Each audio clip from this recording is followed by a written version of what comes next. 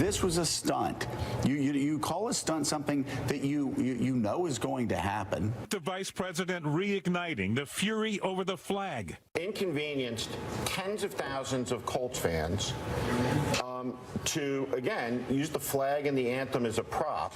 I think that sending the vice president to the game was a pre-planned stunt, but I think Americans don't like stunts. So Vice President Mike Pence leaves a football game after a number of players kneel during the national anthem, and he is ripped for pulling a planned stunt. But not a word about those players who planned what they did. That wasn't a stunt. No, the vice president was using the national anthem and flag as a prop, but not the players who've been doing this essentially for weeks. Sorry, my friends, but that flag just doesn't fly. Welcome, everybody. I'm Neil Cavuto, and I am sorry, but it is time to get real on an issue that is very real, because this is becoming a very real and disturbing, consistent trend. This isn't about what happened at a football game. This is about the weird way so many in the media are playing this game, a rigged game, a rotten game, and one that isn't about who is kneeling or leaving, but who is fooling and lying. So go ahead and pick and choose sides, but you can't pick and choose your facts. If one is a stunt, then the other is a stunt. If one side is legitimately exercising its right to express an opinion and kneel, then the other side is legitimately exercising its right to express an opinion and bolt. Report each, report both, but save the selective outrage for Americans who no doubt see through the media's hypocrisy. The same media that still seems to have a devil of a time finding anyone, save the brave few today, to speak on the record about the moral hijinks of a movie mogul who had been a lion of the left, but didn't express any such reservation, piling on the alleged abuses of some media figures on the right.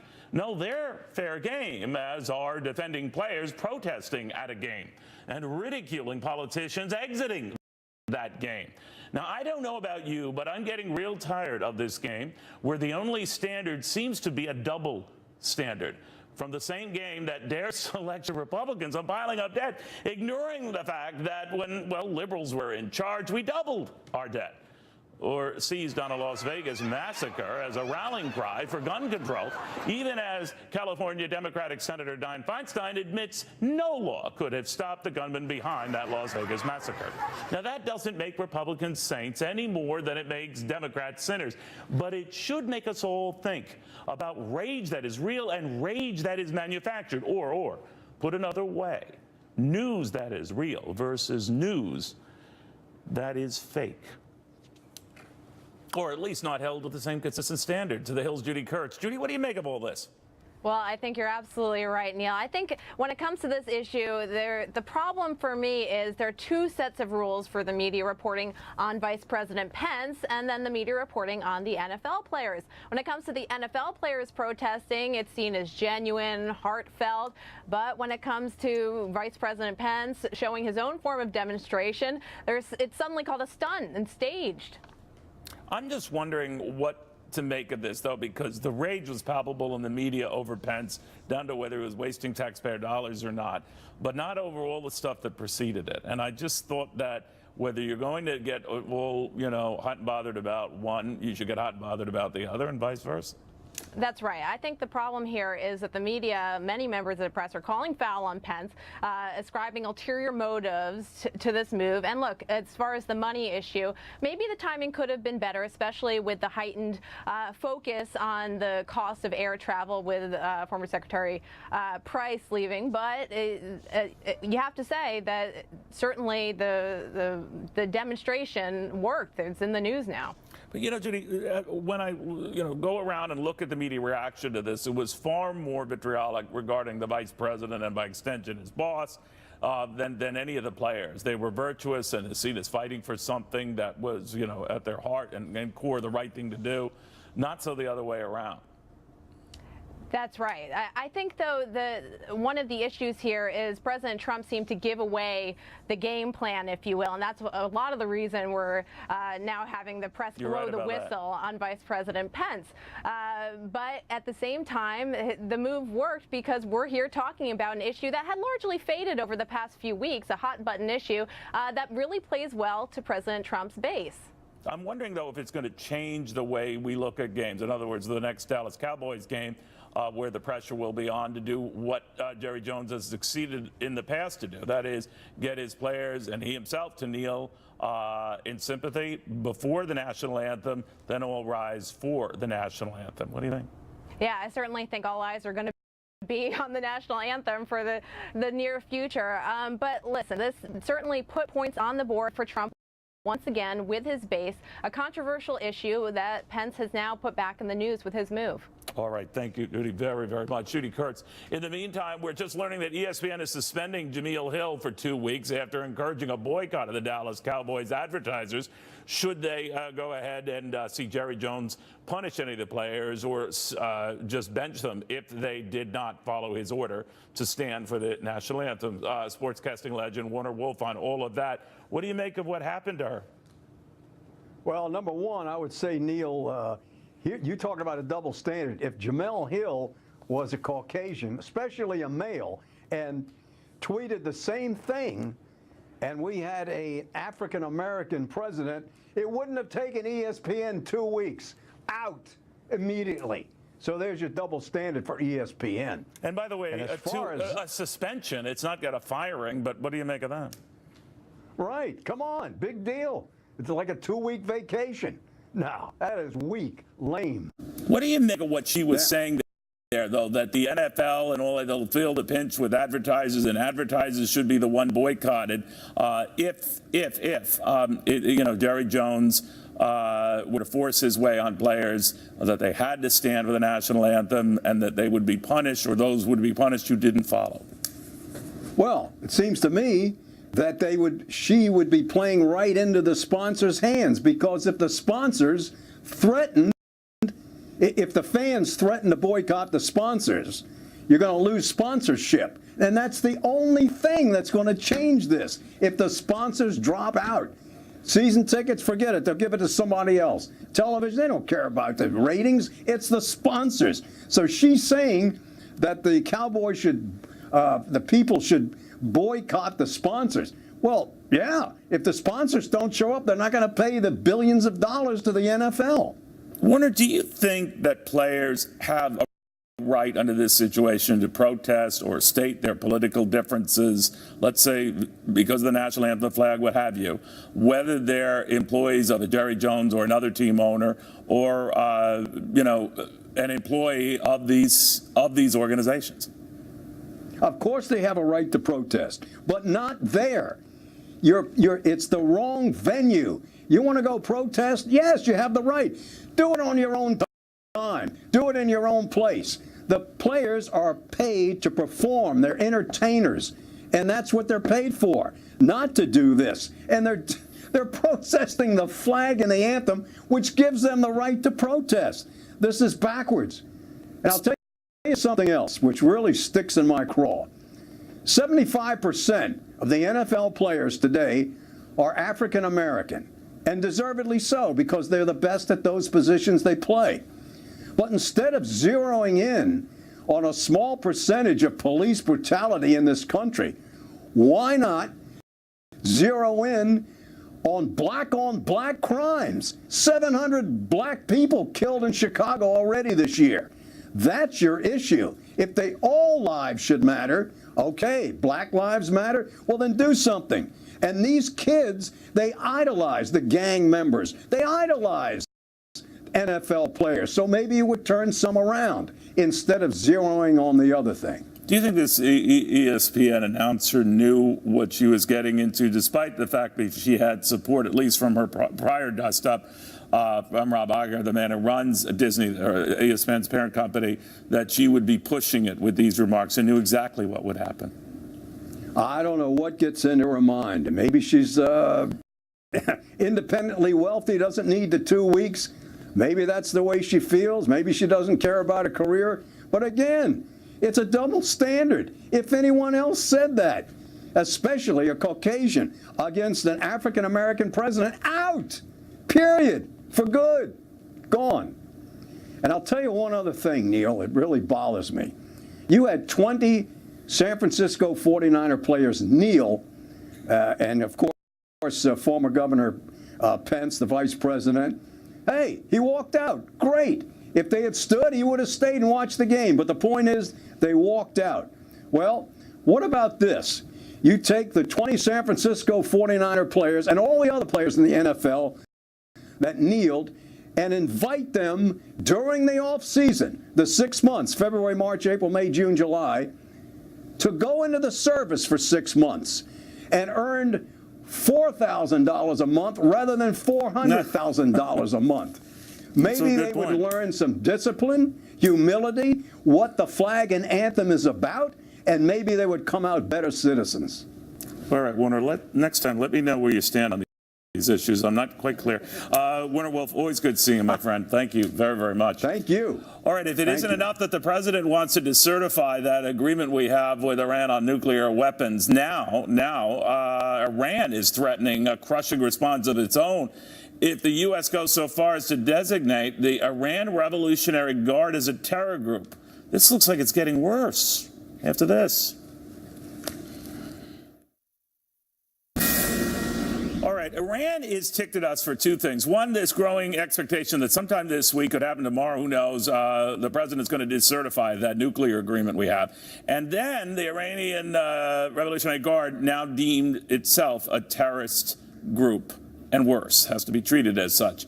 Retired U.S. Army 4-star General Jack Keane on all of this. General, what do you make of this? One of the things the Iranians just can't stomach is really adverse publicity that just goes worldwide. And that's what will happen as a result of the Iranian Revolutionary Guard Corps being named as a terrorist organization. We've already named the Quds Force, which works for them, as a terrorist organization. And they absolutely are. I mean, as we know, Iran is the #1 state in the world that sponsors terrorism.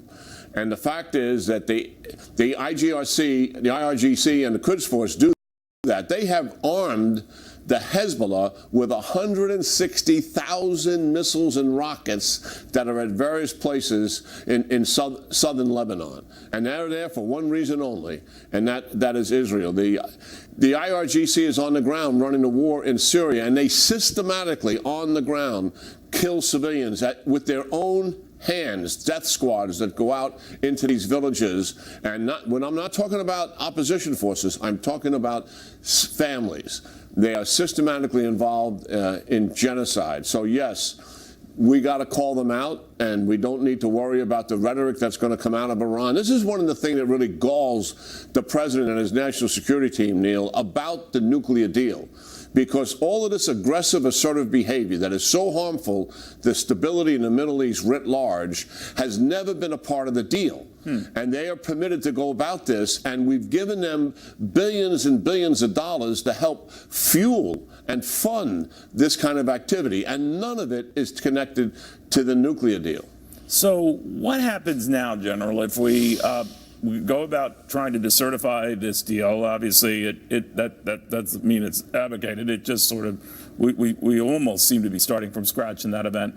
But at the same time, you know, this move against the Revolutionary Guard, that's a double whammy that would have to have more global support, right? Wouldn't you want other countries who have been concerned that we might walk away from this deal sharing the same view on the Revolutionary Guard? Yeah, most countries will absolutely share that view with us on the Revolutionary Guard, no doubt about it. Really? What will happen as a next step, let's assume that decertification comes in a couple of days, then the Congress has 60 days to act on that decertification. And if they impose sanctions on Iran as a result of it, then the nuclear deal is in fact dead. If they choose not to impose sanctions on Iran and to let the nuclear deal ride, which is, I think, what they will do, the nuclear deal will live on. But what the administration wants to happen, they still want to try to fix it, even though that is a huge uphill battle. Fix it with our allies and fix it with the hands of the Congress and get some of the irritants out of that deal and modify it a little bit more favorable to what's taking place in that region. That is a huge struggle in front of them to do that, and that's the path we're on. General, do you think this is a signal to North Korea as well, that there are dual purposes here? Oh, yeah, and this is the cousin of North Korea. I mean, the Iranians, their playbook is absolutely taken from the North Koreans. And that playbook was covertly pursue nuclear weapons, negotiate as much as you possibly can, and keep pursuing nuclear weapons covertly. As part of the nuclear deal, another thing that galls the administration is that we have no access to their military bases. So can you imagine that? These are the Iranians who we caught cheating before, and yet we cannot inspect the activity at their military bases, and it's likely that they're at those bases cheating once again. And that's some of the irritants that have got to be removed. All right, General. Thank you very much. Good seeing you again. Yeah, good talking to you, Neil. All right, in the meantime, we want to bring you in on these developments out west that are getting scary by the moment. Officials now say at least one person is dead, 2 seriously injured in a wildfire north of San Francisco. This after authorities said they expect fatalities more. We're looking at 14 separate wildfires here, much of it, of course, in the wine country. More than 1,500 homes, department stores, hotels, businesses, and other structures have already been destroyed. More after this. Here in New York, a raid in New York over the weekend and throughout, everyone and his uncle seemingly protest Christopher Columbus. Not a popular, iconic symbol like the old days here. Don't know what the story is, but they actually have Columbus Circle and Chris himself under 24-hour guard, so to speak, to avoid people trying to destroy the statue, throw paint on the statue. All that is a concern, as a lot of people say that he should not be recognized, or certainly on this day should not be feted. All right, Fox Business Network's Connell McShane.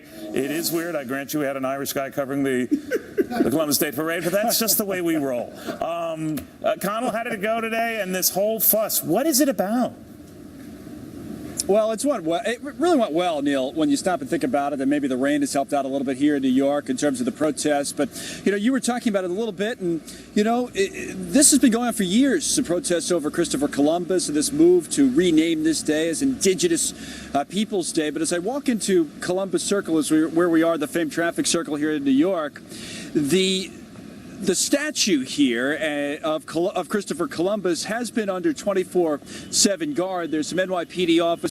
Just see one or two over on the side, and they've set up these, the metal police barricades here. So instead of, on a normal day, maybe you have your lunch with the pigeons or whatever you're going to do in Columbus Circle, you can't do that today because there has been a threat to the statues. In fact, a couple of them, one up in Central Park, was hit with the spray paint and whatnot. So today they're just being extra cautious. They really are. Now, earlier in the day, I was over on Fifth Avenue where the parade is taking place, and there was extra scrutiny there after what we saw in Las Vegas, the New York City Police Department, people watching to see how they would secure an outdoor event. So the NYPD did have its counterterrorism unit out in force. These police officers with the heavy armor and heavy weapons. They also have sharpshooters on various roofs. So they were taking every precaution that they could possibly take. But, Neil, what the NYPD has told us, and they made this point a number of times, is that they always do things like this. In this city, they're used to securing outdoor events, and what happened in Las Vegas is awful, obviously, but the things that they did today to secure this event, they do all the time. And like I said, so far so good, and maybe the rain has helped out a little bit in that regard. All right, great job, Connell. Thank you very much, Connell McShane. Well, la-da-dee-da. Joe Piscopo and our own Maria Bartiromo were announcing the parade and everything else. Great chemistry between them, two proud Italians. Both. I think they were both sober. Anyway, they're both. Joe, I don't know. Maria, definitely. But you were there. I mean, the crowds were affected by the rain, right? Yeah, it was great. It was great. We were excited about it. People were pumped up about it. We're celebrating about it. Every time I see the news, from all over the world, like Los Angeles, you go, what country are they in? What universe are they from? We had a great time. The Italian Americans showed up. We celebrated ethnicity everywhere with Maria, and it was great, I have to tell you. Was the mayor there as well? I heard he didn't show up. I did not see him walk. Governor Cuomo, he's been leading this effort not to recognize. That's right, and he did not take the walk. Governor Cuomo showed up, said the statue should not come down, was in the broadcast booth with Maria and I, and was great, actually. Really? Yeah. So, do you understand this problem with Christopher Columbus? No. What is it about? No, I can't. I think because people have too much time on their hands. It really is. That's all it is. This Antifa. You know what I do in Italian? Uffa. That's what I said. Remember that? Our grandparents? Uffa. I do, yes, indeed. It was like, oh my gosh, what are you worried about? If you're going to take down one statue, the next statue, and what is the solution? What is a solution? Well, what are they complaining about? I have no idea. He was bad to indigenous peoples. But the greatest assault on indigenous people were who? The United States government. the United States government. And then what happened? They gave the Native Americans casinos. So if you want to take the statue down, the Italian Americans, we should each have a casino. I'm just saying. I understand what you're going. I'm trying to gloss over. But that was centuries after Columbus, who, by the way, got lost. Right? Yeah, well, they said that, but they didn't have exits back then. If it was like back in Jersey, they'd take, Chris, take exit 24 off the turnpike, you'll be fine. Oh my God! So, but this is all part of a way we're taking out statues and all this, and equating him with slave owners. I don't understand where this is going to the point where they want to actually remove Columbus. Is it an assault on Christianity, perhaps? I don't know what it is. Maybe. I really don't All know. I know is we're not going down. We are not going down. I had Chaz Palminteri. You had Governor Cuomo. We had all the Italian Americans. We've always been disrespected. When we see on TV, honestly, Cavuto, we see the vow. I think of my grandfather coming from Naples, Italy. He couldn't speak the language. But you know what he used to do when he used to vote? Anybody who was Italian, he would vote for. You know? Is that true? It's a history. We built a statue with the nickels and dimes of immigrants that came in here. Our relatives, Neil. It has nothing to do with what the people are talking about. So the people are watching the parade, participating in the parade. What was their mood like today? It was vibrant, and you know what? I've never seen the Italian-American community so galvanized. Really? Yes, because, you know, we're always offended by something. You said what? I'm not talking to him for 7 years. Am I right? In the family, right? But, you know, Connell mentioned the added drama and concern post-Las Vegas, where people are saying, oh, my gosh, a lot of people are congregating, we're nervous. I'll tell you this. Heavy police presence. I was here on Sunday, Fox and Friends weekend, so I said the New York Police Tactical Commanders down there, Joe, how are you? The NYPD under Commissioner O'Neill does such a great job. And I said to the Tactical Command, hey, we got the parade. I don't even say it on the radio show, because I don't like you don't want to inflame the fringe. Right. So I said, hey, what's it going to be like? And they said, I swear to goodness, this was exactly the NYPD. We got this, and they had it. It was locked down. It was fun. It was celebratory, and we don't hate anybody. We just want to. You know what I liked about you and Maria doing? By the way, you both had great chemistry, and you're very funny and all. They got mad because we kept talking about Neil Cavuto, Fox Business. Your own shows. I like that. Yeah. But let me ask you a little bit, if you don't mind switching gears, with all the fuss right now over her, Harvey Weinstein. I'm just drawing a blank. And now, all of a sudden, there's wondering why in the entertainment community, why in your old home Saturday Night Live, weren't there any skits about that? You know what? There's no argument to that. You are dead on, 100% right. If you're going to make fun, think you'd answer that if you're going to make fun, everybody's over. I laughed at the Emmys. I laugh at when I watched SNL. Why don't you think Lorne Michaels? One of the arguments he raised, I think, in an interview was that it was a New York-centric guy. It doesn't make sense. No, you know what? I don't know. He's our grand, high exalted mystic ruler. Lorne always is. Look, you don't cut funny, and I don't care if it's from the left. It's like if it's from the right. You gotta. Everybody's got to laugh. We got to just relax a little bit and laugh at each other. You're absolutely right. That Weinstein that's fertile comedy material. Oh my gosh! But it does feed a narrative that the left is far more willing to go. I have no argument for that. They are not wrong in assuming that. That's exactly right. They accuse. They'll go after Donald Trump for anything, but when the shoe's on the other foot, they run for the hills. Oofa. I mean, now, come on. You got to just open it up a little bit. I mentioned your name 7 times on the parade today. Your SNL hosting game. I was on that list. Yeah, you were on that list. On the list, but you're now right on. Very good. So you did a great job. I had cannolis ordered for today. I had cannolis for your great crew. I went to Veneer. They got lost in Fox somewhere. Please. No, I swear to goodness. My mission now is to leave. After we go up there, I'm going to cannoli searching. Really? Okay. Yes, cannolis. I don't believe a word of that. I had a cannoli. All right. Can we get the cannolis? Okay, Bartiromo's staff has it. All right, we know you're playing favorite. Happy Columbus Day, Neil. Joe Pisco, to you as well, my friend. He's as nice as he is so funny. We just need him on a 7-second delay. All right, by the way, you've heard about the president feuding with Senator Bob Corker. I don't care whose side you take on this. What if I raise the possibility that when they're cutting each other, you could say goodbye to those tax cuts? After this.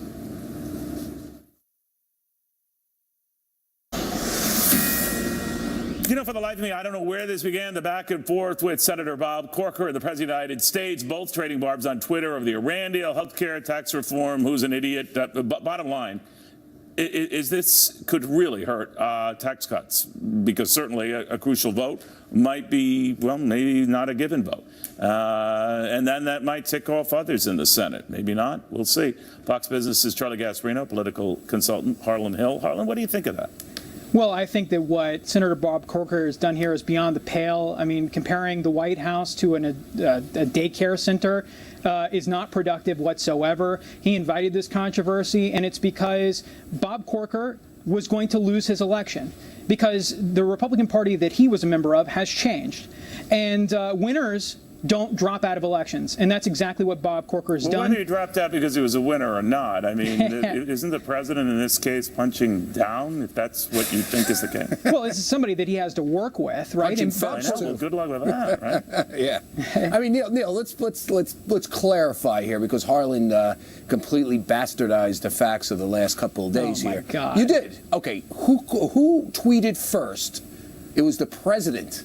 Bob Corker took this to a whole nother level. No. Gary, don't give him a pass. Think about how stupid you're sounding right now. Come on. See, this is what they do. The guy's a sitting. Let me just say this. The guy's a sitting senator. Okay, he wakes up one morning and the president of the United States says, "Oh, this guy begged me for an endorsement, called me up. I said no, and so he's not running." Which, by the way, is probably false. No, all of that is true. Really? How do you know? That's true. Were you on the phone with all him? Of that's true. I mean, from what I'm hearing from the back channels. I mean, look, I'm on the advisory board of the president's re-election campaign, and I talk to people. So you're an unbiased source. Guys, one at a time. Harlan, answer that. Do you think there's no way of knowing for sure who's really telling the truth? What we do know is they've kind of zinged each other in the past. All I'm saying is, regardless of who started this, are you, Harlan, concerned that, look, I know you want tax cuts. I know you think that that's going to be an agenda that will be very helpful to the president, helpful to the country, that by doing this, the president, whether justified or not,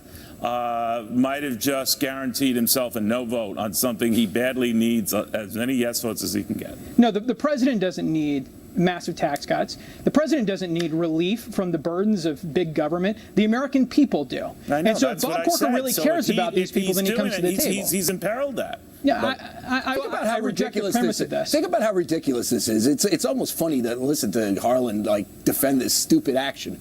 You need votes for the Senate to pass at least one legislative achievement this year. It's called tax cuts. He basically torches one of the guys he needs to pass. Even if everything he said was true, that Corker called him up, begged him, he said no, even if all that was true, and which it's not, take it from me, he had there's no logic in sending out that tweet about Corker if you need his vote. Well, Charlie, are you saying that now he's guaranteed a no vote from Corker? Probably. I don't know. What do you think of that? This doesn't help. Corker's been working behind the scenes, taking cheap shots at the president for a long time. He was on the way out, taking cheap shots. I don't know. And I remember him being an early backer of the president. I also remember him working with Jared Kushner, Ivanka Trump, to help them, sort of get in their foreign policy feet wet a little bit here. No. So he wasn't always a 100%. Always Trumper, but he's not been a never Trumper. So why does it have to be that someone who disagrees a little bit is evil?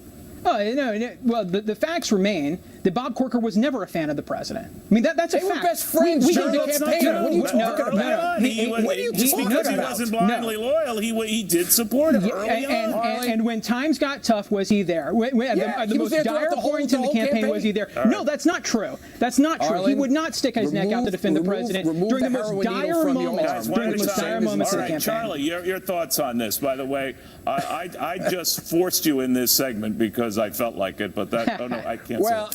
I'm like, listen, what's so absurd about this, even if you believe everything that the advisor, Mr. Hill, has to say about Corker, if you believe everything that President Trump, who brags about his inaugural crowd sizes, that's not true. If you believe all that, if you believe them, he needs Bob Corker's vote, and he just screwed him out himself, probably. Let me ask you then, guys. Let's separate from this for a second. Do you think? All right, then, Harlan, let me ask you this: do you think that? And I understand, he's a populist. He's his own man. The president gets frustrated. He's an independent. He's a rabble rouser. He's goes against the grain, even his own party if need be.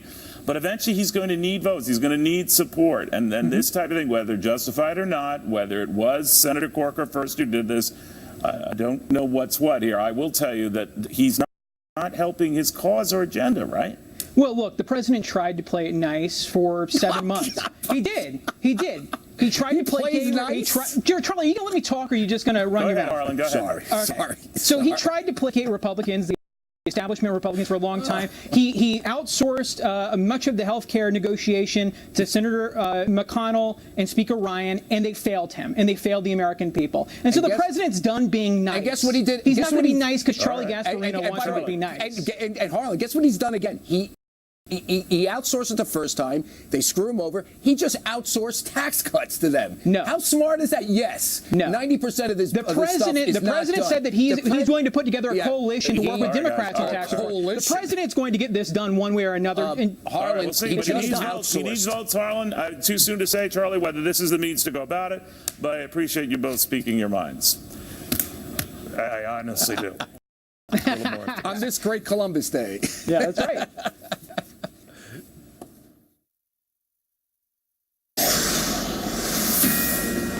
All right, this thing just came out of nowhere, so it seems. Over 20,000 have been evacuated as wildfires are tearing through Northern California, including the state's precious wine country. Fox News correspondent Claudia Cowan in Sonoma County, California, with the latest. Holy cow, Claudia, what's the latest here? You know, Neil, it's going to take many days to assess all the damage from this ferocious and fast-moving wildfire that continues to burn out of control. But all across wine country, Napa and Sonoma County, are scenes like this one. This was an iconic dairy, and you can see it continues to smolder this morning. This is one of more than 1,500 homes and businesses that were destroyed in this inferno that erupted overnight and has now burned more than 60,000 acres. And this is just one fire event. There are 14 major wildfires burning across Northern California, and officials have confirmed one fatality at a fire in Mendocino County. That's about 100 miles away.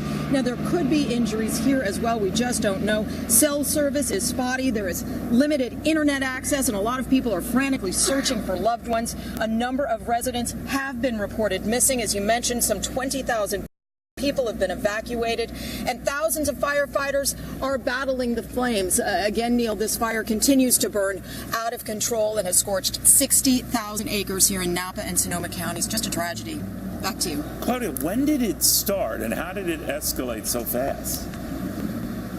Well, there have been very strong winds. When I went to bed at about 10 o'clock last night, this was one small wildfire, about 200 acres. When I went to work this morning, it had erupted into multiple fires that had jumped mountain ridges and freeways and had just grown, pushed by these very strong winds, sustained of about 15 to 20 miles per hour, but gusts of up to 70 miles per hour. It's the same kind of conditions we saw in 1991 when a fire raged through the Oakland Hills. It was that same kind of weather conditions here. The winds have calmed down, so that is good news. It should give firefighters a chance to get those tankers and choppers up in the air, really get a handle on the front lines of this inferno. But we do have a red flag warning in effect through tomorrow, and as you can probably tell, very unhealthy air. Yeah, it's looking like that. We were showing the Anaheim area, to your point, that this is how widespread it is. I know Governor Jerry Brown has indicated that anyone who thinks that this is under control is wrong. It's not under control. But how are they battling this now as it spreads in different areas? Well, it's going to be an air attack. In fact, we have the converted modified 747 on its way to help battle the flames. This is mostly a wildfire, though we know a number, 1,500 homes and other structures have been lost. But it's going to be an air attack. Of course, we have crews building containment lines and setting up perimeters on the ground as well. This is going to be the top priority firefight in the country, and it is well underway today. Visibility, of course, will be an issue for those tankers and those choppers. It is pretty thick out here, but it's going to be mostly an air assault, Neil. Also, when I hear the governor's office talk about people who are unaccounted for and all of that, do we know numbers on that, or any update on that? Not yet, Neil. I can tell you that a number of evacuation centers have been set up at fairgrounds, churches, schools, obviously school canceled today, and people are filing in looking for their relatives, for their loved ones, trying to check on their property. But with cell phone service so spotty and the internet down, it's made it very tough going. And as I mentioned, a number of residents have been reported missing, but hopefully we'll get those numbers soon. All right, we're also getting several reports, as you're speaking, so I don't want to just drop this on you, that a number of hospitals have been evacuated along the path of this.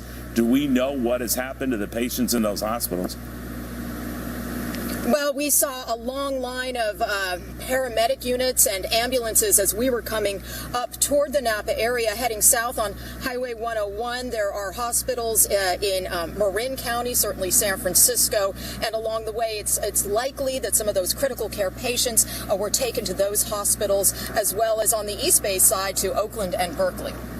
All right, Claudia, thank you. Very good reporting on this. I know in fast-changing and moving developments, we should also let you know, to follow up on what Claudia was saying, that a number of evacuation centers that have already been set up in and around the area are already filled to capacity as a number of people are fleeing. And if in doubt, and even if their homes or businesses are not directly in harm's way, they're getting out of harm's way. We'll have much more after this. The last week to see something like this. Stocks going up. Yeah, even after all that terror in Las Vegas going down. Maybe being the money nerd here at Fox, I can't tell you how many people have stopped me to ask that question. Neil, what is it with these guys on Wall Street? Don't they know what happened? Don't they care about what happened? Inherent in their questioning, of course, is a deep suspicion that investors must not care. That's assuming investors, and we're talking about millions of them, tens of millions of them the world over, are responding as one amorphous being. They're not. It is human nature to see investors of every type doing something in unison. But being human beings, each is responding individually, united only by the stocks they own and a hunch where they think those stock prices will go. Stepping back, they clearly assessed Las Vegas and concluded it wasn't worth giving up. Trust me, that doesn't make them saints, but as I like to say here, neither does their perfectly rational reaction make them sinners. Maybe they were relieved this didn't appear to be an ISIS-inspired attack. Hard to say, probably still too early to say. Maybe they're sadly used to this. You know, we live in a world where terror attacks of all sorts keep popping up in all sorts of places. Maybe they were relieved to see the reaction of a city that refused to let a madman get the better of it. So why should investors sell over it? I don't know. This much I do know. Markets might be part of the moment, but they don't necessarily live in the moment. They are judged over the course of many moments, over many years, some good, some bad. But if there is one thing I've learned about Wall Street, my friends, is that over time, it truly does track Main Street. The guys who invest our money are pretty much like us, the folks who give them that money. In the moment, they too shudder, but through those moments, also like us, they shoulder on. I want you to take a look at the chart of the Dow over the last century or so. It goes up. Now, if you were to peek closer, you'd see some rough points, even some jagged points, but only when you get close, real close, to see a depression, or several recessions, or a world war, or so many other wars, or a presidential assassination, or an oil crisis, or another oil crisis, or terror attacks, or financial crises. So many crises punctuating so many points in time, but as you step back, and that's key, mere ripples in time, through each and all, always the same. The chart goes back to moving up, kind of like we go back to moving up. Stocks behaving as we are behaving, perfectly rationally. Investors betting on better times coming, no different than average Americans convinced difficult times will soon be ending. There is an inherent sense of optimism to that. It is part of who we are, not to be defined by what we fear, whether we go about our lives showing it or put money down, literally betting on it. All I can say, it is a safe bet. Our chart, like our country, moves up. Don't believe me. Believe yourselves, believe your ancestors, believe in the spirit of those we've lost but whose spark remains. There is a reason that chart goes up. Over time, Americans refuse to stay down. That is what we do. That is who we are. That is our history. Believe it. You know what? I'd even put money on it. Good night.